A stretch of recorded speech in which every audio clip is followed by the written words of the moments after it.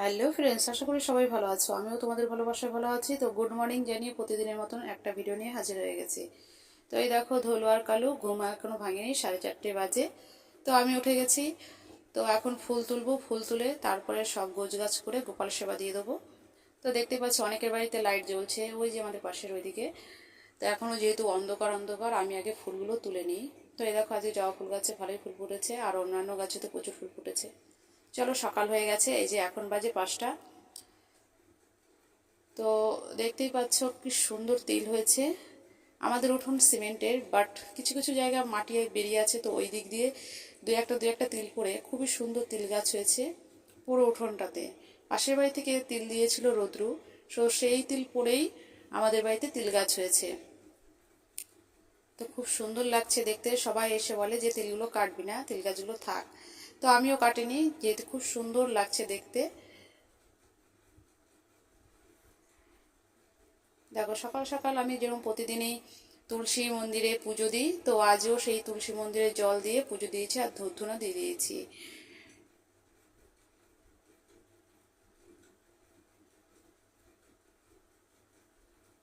চলো এবার ঘরে যাই, ঘরে গিয়ে পুজো পাঠ সেরে ফেলি। তো আজকে যেহেতু সোমবার, তো বাবাকে সুন্দরভাবে সাজিয়েছি আর প্রতিটা ঠাকুরকে সুন্দর করেই সাজিয়েছি। বাট দেখতেই পাচ্ছ ফুলগুলো কত সুন্দর। আমাদের কাছে প্রচুর ফুল হয়, তোমরা জানো। তো এই যে দেখো, সুন্দরভাবে সাজিয়েছি। তোমাদের কিরকম লেগেছে অবশ্যই আমাকে জানাবে।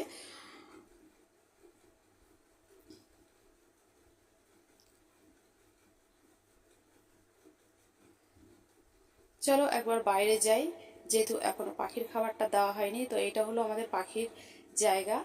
তো এই পাশে আমি রেখে দিয়েছি অনেকগুলো ফুলের টব। তো আর এইখানটাতে অনেক পাখি আসে বলে এইখানে প্রতিদিন খাবার দেওয়া হয়। আর কাগজ ফুল গাছে দেখতেই পাচ্ছ কত সুন্দর ফুল চলে এসছে। চলো একবার ঘরে যাই, ঘরে গিয়ে পাখির খাবারটা নিয়ে আসি প্রতিদিনের মতো। তো গম আর জল রেডি। এবার আমি এটা পাখির যেখানে খাবার দিই প্রতিদিন সেইখানে দিয়ে দেবো। তো ওরা ঠিক টাইম মতো এসে খেয়ে নেবে। ভিডিওটা ভালো লাগলে লাইক কমেন্ট শেয়ার করো, অবশ্যই একটা সাবস্ক্রাইব করে দিও যাতে আরও ভালো ভালো ভিডিও আনতে পারি।